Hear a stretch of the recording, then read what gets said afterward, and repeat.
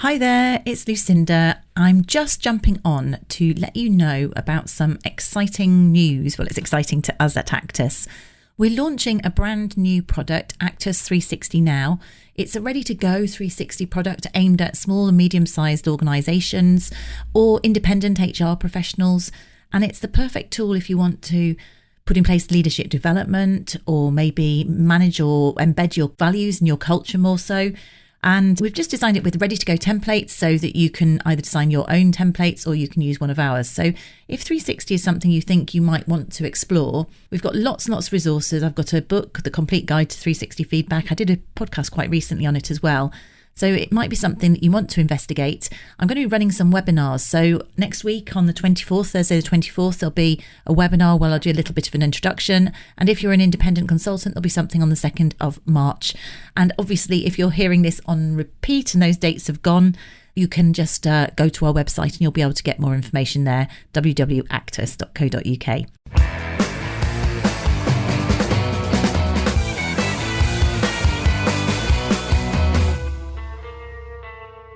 Hello and welcome to this week's HR Uprising podcast. And this week I'm talking about the Great Resignation and what we can do to prevent it.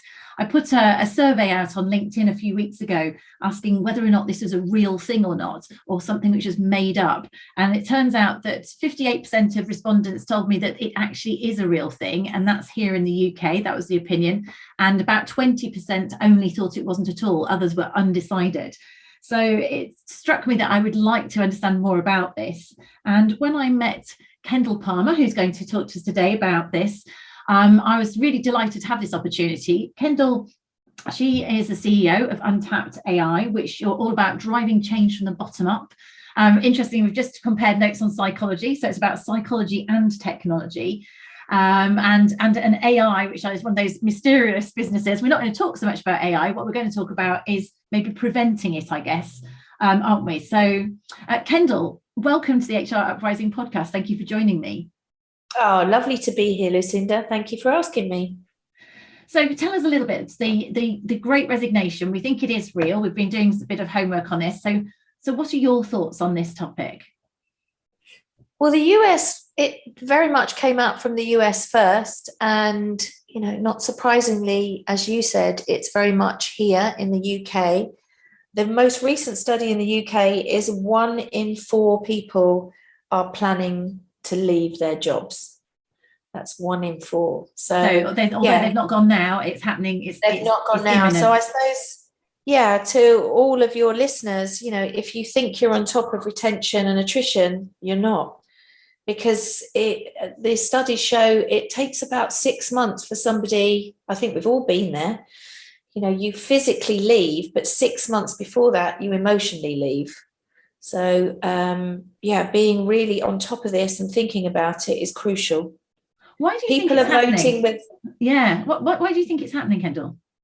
Well, I think there's lots of reasons, but people are voting with their feet. I think the climate, the whole thing of the golden age of the employee is very much here. From our own platform, what's really interesting is that individuals, employees, are moving much faster than the companies they're working for. There's a huge mismatch. And I think a big part of that is down to employee activism, as we could call it, or employee assertion. But, whether it's Me Too, whether it's Black Lives Matter, whether it's coming out of lockdown and people wanting very clear about the values that they've had to face themselves, we all have, and what they want. And, flexible working is a big part of that.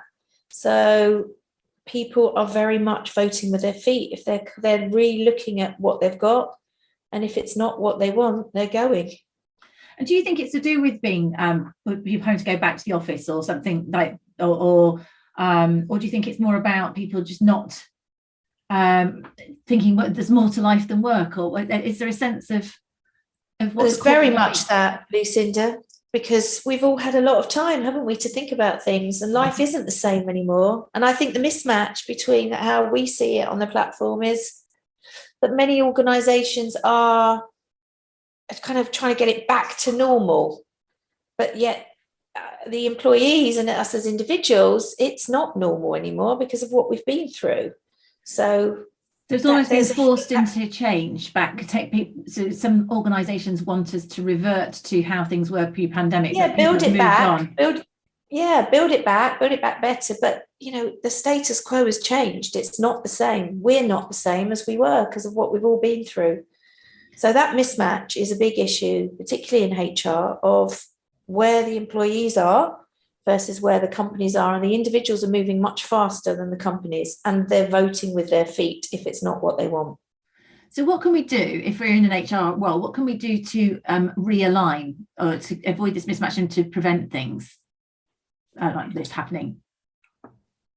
Well, I really thought about that before you were going to ask me that. So I've got three things just to help people really, because this is a thing. We've got thousands of employees on our platform. I think number one is to listen. And it sounds so simple, doesn't it, for all of us to listen, but in HR to really listen, and people in HR are really good at listening. But it's really knowing what's on your employees' minds and what's going on underneath.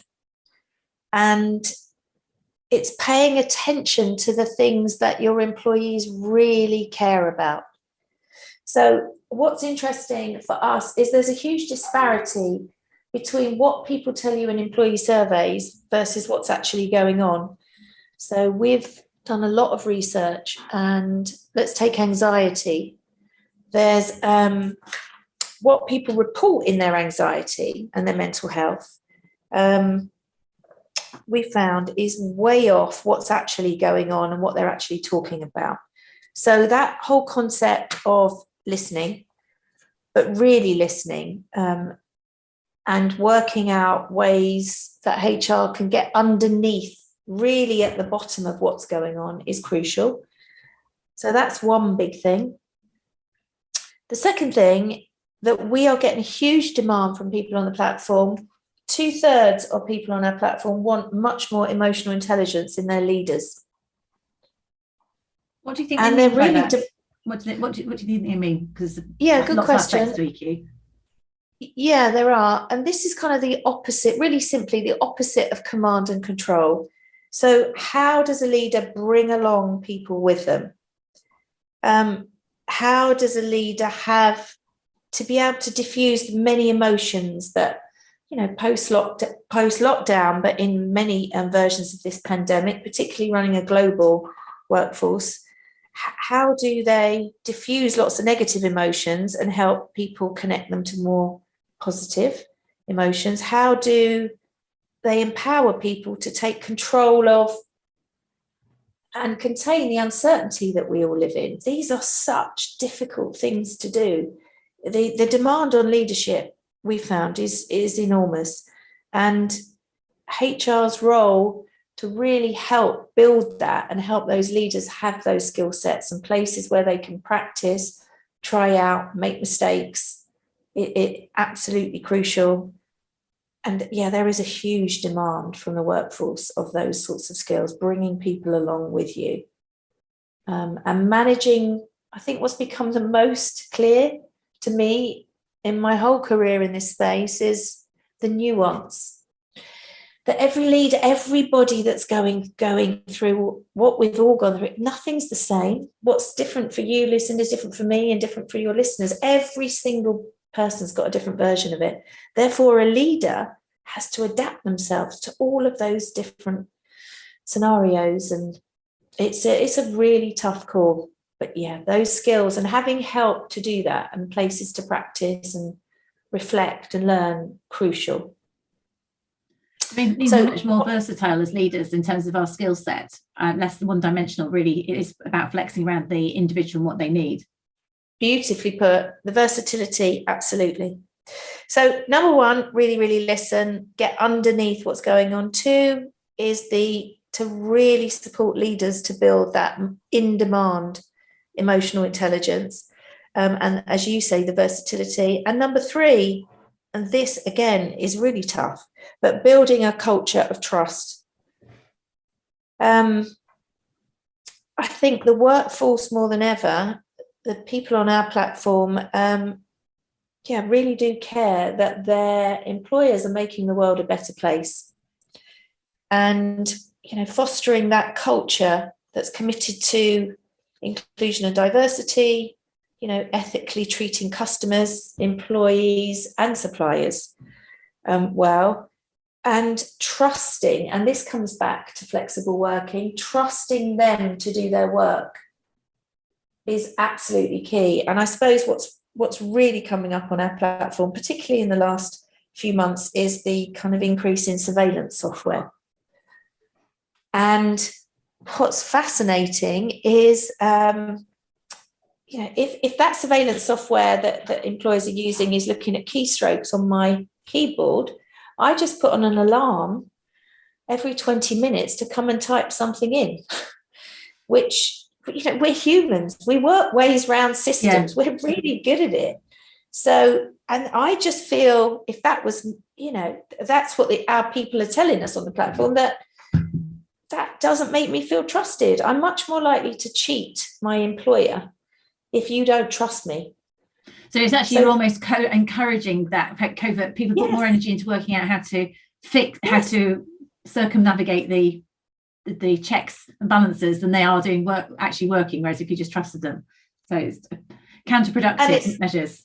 Well, it's a really good counterproductive, and also I think the words that we've used many a times is kind of you get pseudo productivity. It's not real productivity you're measuring. That's not real productivity. That's not what we all want running companies. We don't want that type of productivity. So that building a culture of trust and HR's role in that, and how to do that is crucial. And I think that is the how. So I mean, they seem like common sense things, don't they? But how you actually achieve that en masse is the tricky thing. I mean, certainly the listening thing. So typically, people would, so I listen to people, they would probably say employee surveys is what they would probably do. And your example was that people self-report on under-reports, or the honesty on employee surveys isn't necessarily there. And I mean, is that what your platform does? So you mentioned your platform a few times. How do you listen en masse? Is that how you get this data, or is that a side? To position it, because I'm curious.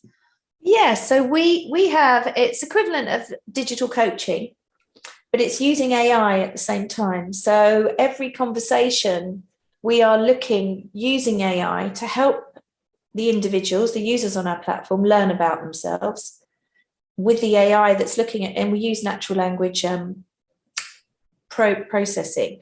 So it's looking at the language, it's looking at every video call that we have, all the messaging, to help that individual learn about themselves. So, for example, Netflix learns about you because it gives you recommendations of what to watch next. Spotify, what to listen to next, whether it's Audible, what book to get next.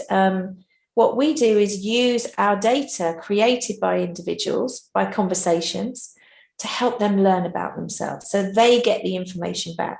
And then we aggregate it for the organizations that we work for, very much keep confidentiality, which is absolutely crucial to us to get trust. But we aggregate it and feed that back to the organizations that are navigating change, particularly now, so that they've really got ground truths to base decisions on. So is that where you're saying that people are, for example, underreporting anxiety? So in their coaching sessions, they are actually more nervous? Yes. Is that was they're demonstrating more nervousness than otherwise, right? Or that they're not being trusted? Exactly both. And there's one more level to it. What's really interesting is self-awareness, which is what we really believe in, is really helping people learn about themselves. 95% of us think we're self-aware, but the statistics show that only 10 to 15% of us are. So having a person, as we all know, to talk these things through, I might even think I'm not anxious. But if I'm talking to you and I start talking, we all do that, don't we? You start to think, oh, God, yeah, I've had that funny feeling in my tummy and it hasn't gone away, but I haven't really acknowledged it. But actually talking about it helps. So that self-awareness is another reason why surveys are often not telling you what the truth is, what's really going on. And I suppose never has a time, because the uncertainty in society and what we're all going through. We can't rely on information that came out a month ago to be what it is now. Things are changing so fast. So knowing what's going on, absolutely crucial. So in an organisation, if they haven't got your technology though, how would you recommend that they do listen, or how can they do more of that? Well, it's absolutely important to have channels that you're listening. And I think many companies work really, really hard on listening. So whether they are employee resource groups, whether they are surveys, whether they are doing different focus groups. And I suppose that's where the culture of trust, do people feel they can say things? Can they make mistakes and go out there and say, these particularly issues, whether it's Black Lives Matter, whether it's, about Me Too, do people feel comfortable enough to really say what's going on? So we find, there's often a lot when you try and, because what we do is not only get the insights, but we help people change. We help people work with what's going on for them. So we help to fix the problems as we get the data. And there's often people are trying to stand up, say things differently, have a voice. And employee activism, as we said, has got much bigger. But often there's kind of a gaslighting that goes on, which is, yeah, that's really interesting, but not right now. We've got to be productive. Let's park that. So that, are you really listening? I suppose it's not just listening, it's being prepared to act on it and take it seriously and do something with it. And I know myself running a company, it's all, I've got things in my head I want to get on. There's lots to be done. And somebody comes up with something, I think, oh no, it's difficult. It's a bit like with your own children. Yeah. Sometimes it's really hard to give the time when you've got so much to do, but that will only help your decision making, knowing that you're making decisions based on data that's actually the truth.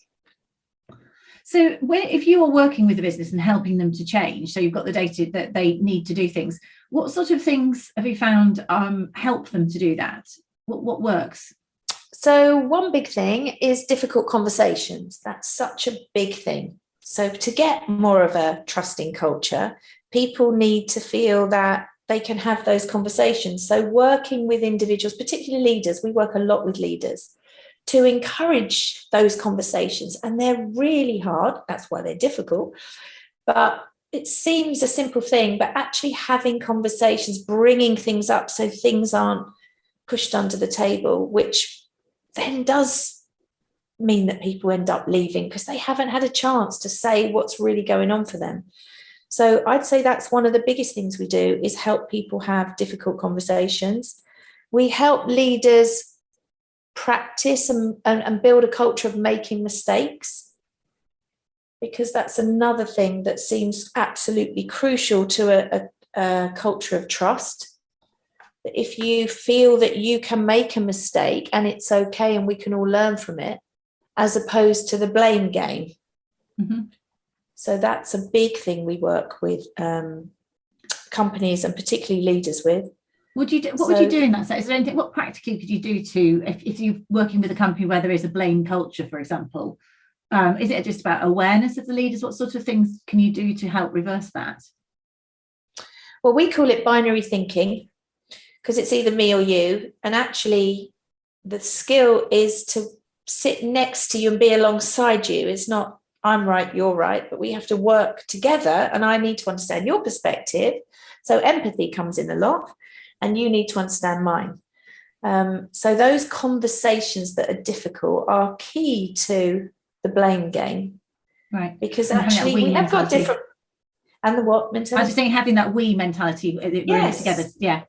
Yeah, as opposed to, we hear lots of they, they, who are they? And then you're looking at the leaders and saying, well, it can only be us. Yeah. It can only be us. But yeah, I think they're really important. The conversations to sit alongside difference and different perspectives are, but again, it takes time. It takes a lot of courage. So one of the things we work really hard with the people on the platform is to build courage and confidence. And those, again, they seem like really easy things to talk about, but actually being brave in the workplace is difficult. But people... At the time, I suspect also just making the time to have those conversations. It is time consuming listening properly. Finding what's really going on. And you've got to build enough trust for people to open up, because lots of people are quite cynical in organisations, so they won't say what they really think because they don't think there's any point. So that takes a while as well, doesn't it, to actually get people to trust you enough to tell you how they really feel. It's really true. It does take a lot of time, Lucinda. And also the other thing that's really important, and I suppose this is a key responsibility of HR and how they help, is role modelling. That the leaders that are running the company have to role model this. They have to be more vulnerable, show when they've made mistakes, have difficult conversations, put their emotions forward and say, look, I'm finding this difficult myself. Yeah, they're not easy things to do, but we're all looking, companies look, the culture is created by the people running it. So the role modeling of these behaviours are crucial. And being vulnerable enough to say when you got it wrong. And it all links, I think, to the EQ, isn't it? Having that self-awareness and being prepared to be humble and have the humility to being very, very human. This whole focus about being people-oriented rather than just performance and systems and things. And things, Lucy. Yeah. People rather than things. So, okay, great. So I mean, it's common sense in many ways, but it doesn't make it in the slightest bit easy. It's actually really, really challenging, isn't it, to find the time to quality listening, to role model, demonstrate, develop EQ, make sure that our line managers as a group, we demonstrate it right down an organisation. And I suppose by doing 1 and 2, that's how you actually build trust. Trust is almost an output of those two, isn't it? That's how it falls together. The bit I feel very passionate about is women in all of this, because women naturally have good EQ. From when we're born, society, everything about us is to care. So, whether it's, nature or nurture, who knows, but we've all got it, and we've got it in abundance. And so the very skills that society is probably undervalued and under-recognised now in business are probably one of the most important skills you can ever have. So, I feel very passionate that the very skill that makes us female and makes us good at being women, mums, carers, you name it, is the most important skill in business right now. To bring into the workplace. Yeah. Interesting parting thought, that, isn't it, in terms of that to end on. Kendal, thank you so much for joining us today to explore this concept of avoiding the Great Resignation. We all need to develop more female traits, maybe, or rediscover them, maybe. And value them, Lucinda. We need to value them. If it's valued, then it gets done. Yeah, and this is not anti-male. It's just about balance, isn't it? About making sure that we value all of these. Kendal, if people wanted to get hold of you or understand a bit more about what you do in your business and on your platform, how could they find you? Yeah, come to our website, Untapped, UNTAPPED.ai. And that's a co.uk? Is it a co.uk or? No, it's .ai. Okay, so it's untapped.ai. Great, and I assume you're on LinkedIn and things like that. So how do they? Join into you there? So it's Kendal Parmar. I'll put your love to hear from you. Brilliant. Thank you so much for joining us today on the HR Uprising podcast. Really enjoyed it. I really hope you found this week's episode useful and enjoyable.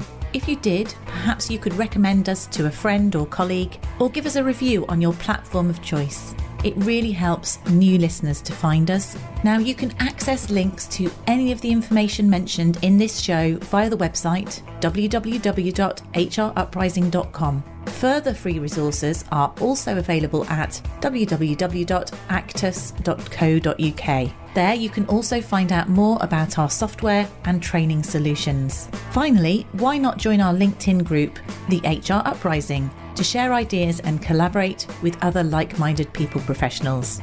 Thank you for listening to the HR Uprising podcast.